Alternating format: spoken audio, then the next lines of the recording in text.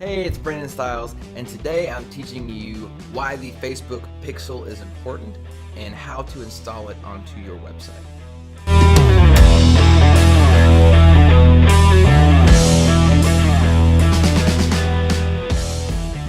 I was doing a consultation call the other day, and the subject of the Facebook pixel came up. And the person I was speaking to hadn't even heard of the Facebook pixel. So if you haven't, this is for you. I'm going to show you what it is and how to implement it and also why it's important. So the Facebook pixel is a little line of code that you insert into the top header of your site. And when people visit your site or click an ad on Facebook, think of it as essentially they click through, they go through the pixel and into the site. But when people pass through that line of code, when it loads onto their browser, then Facebook has kind of all their information so that they can follow them around. They can see who clicked on it. They can tell you about that person. Obviously, it's all encrypted and private, but Facebook, where they don't give you the names and who clicked there, you get all the other information like net worth and all that kind of stuff. So it's anonymous market research. Think of it like that. What's cool about the pixel is that if it's on your site, visitors to your site just have to be logged into Facebook somewhere, and Facebook will be able to count them as part of your traffic. So they don't have to see an ad on Facebook and click there for it to count. They can just go there anytime they want, and as long as they're logged in on their phones to Facebook, or it's running in the background or anything like that, then Facebook will count that as a view. So that's pretty cool and pretty useful because you can include them in your custom audiences, lookalike audiences, things like that. Now, how do you go about setting up the pixel? Well, it sounds intimidating, but it's really very easy. So here I am on just kind of the main Ads Manager page, and what you're going to do is you're going to go up to Ads Manager, All Tools, scroll over to this fourth column, and there is a word that reads pixels. So you click on that. Now this is a new ads account that I removed the pixel for so I could create it for the purpose of this video. So this is what you do. It's got an implementation guide if you need it. I'm going to be installing it on a WordPress platform today. And so here you can see it's called the SJW Ads Pixel. And here's the pixel ID for it. Now what I'm going to do is I'm going to click Setup Pixel. Gives you a few options. So you can use an integration or a tag manager, so you could do this through Google Analytics. You can manually install it yourself, or if you've got maybe a person that's setting up your website, like a developer or hosting, you can send it to them. What I usually do is just manually install the code yourself. So you click that, and it's going to give you a piece of code, and it's going to tell you how to do it. So first of all, you need to locate the header code for your website between the head tags. It's going to look like this. Then you copy this entire code right here. So this is JavaScript code. When you hover over it, it will let you copy it. And then what you do is you click over to your WordPress site. So let's go to that right now. I'm going to log in. Very good. Here I am on the back end of my WordPress site. And you can do this a couple of ways. There's 10 different ways to skin a cat. So you can actually drop that code in the individual files under your editor. The problem with that, though, is that if your WordPress file or your theme is ever updated, which it probably 100% will be, you will lose that code and you'll have to do it every time. So what most people do is they download a plugin. There are a lot of Facebook Pixel plugins, but the one I use is called Pixel Your Site. So you look for plugins and you type in Pixel Your Site. Here it is right here. As you can see, it's got 4.5 stars.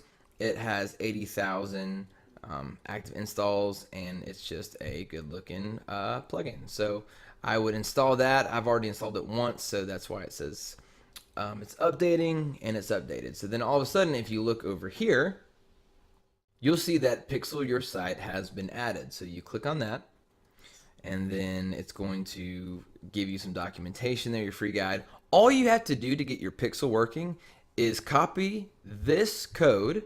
So when you scroll over to this, do you see this this number right here, 164 and so on? You just copy that and you paste it right there. So obviously I've already done that. Now, if you get confused, you're like, that looks like a crazy alien language to me. If you look over here at your pixel ID, which you've already set up, you can just copy and paste that as the exact same thing. So I'm going to copy that. I'm going to paste it in there. And then you're going to scroll down and click Save Settings. So now your pixel is totally set up. Now, how do you check it? Like, let's say you want to make sure. Well, there are a few ways.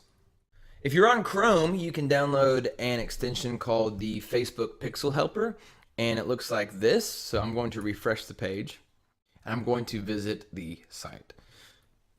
So if you've done everything right and you are on your site, then this Pixel Helper is going to light up, and it's going to have a number there, and it says 1 pixel found, and a page view has been logged, and a general event and microdata and all that kind of stuff. So I know my pixel is active. Or you could always go back to Facebook and you could click Setup Pixel again, and just to check, you can scroll down and you can send test traffic to your pixel. So what to do is, if it's shown as active, your code has been installed correctly, and it can take a few minutes. If more than 20 minutes have passed after testifying your pixel, then your code might not be installed correctly. However, the easiest way to do it, honestly guys, just install that Facebook Pixel Helper on your Chrome extension and use that. All right, so we've covered what the pixel is. We've covered how to install it. As you can see, it's simple. You're done. Now, any traffic that comes through, Facebook will be able to retarget to those people. But where do the really powerful elements of using a Facebook pixel on your site come in? Well, it goes here. So another cool thing with this plugin is that you can set up events for the pixel. So I'm going to go to Pixel Your Site, the plugin, and then I'm going to set up events. Now it comes with its kind of own pre-built common events. So for example, lead or a page view or a registration, but you can also create your own. So let's say you are selling high-heeled red shoes. So you can create an event for when people buy high-heeled red shoes that will do a little tick mark in the pixel box, and you can see stats on that. Now, how do you set this up? Well, you would go to Add New Event, and you would enter in the URL where you want this little pixel code to fire. So let's say I was selling a book, and it was at brandonstyles.com/book. Now, how could Facebook or your website know if someone bought that book? Well, this is why thank you pages exist. So someone clicks buy now, they enter their credit card information, hit enter, then it takes you to a thank you page. The only way to get to that thank you page, think about this, is to have bought the book. You can't get to it other than that. So you can add a piece of pixel code that says when someone sees this page, then count them as a book owner. So let's say the book thank you page was book thank you, and you'd already set that up.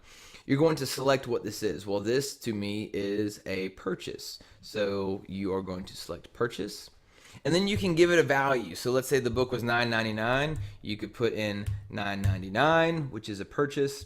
You can select the kind of dollars you want. You can call it, you can give it a name. So let's say if it was a DJ book, I could type DJ book.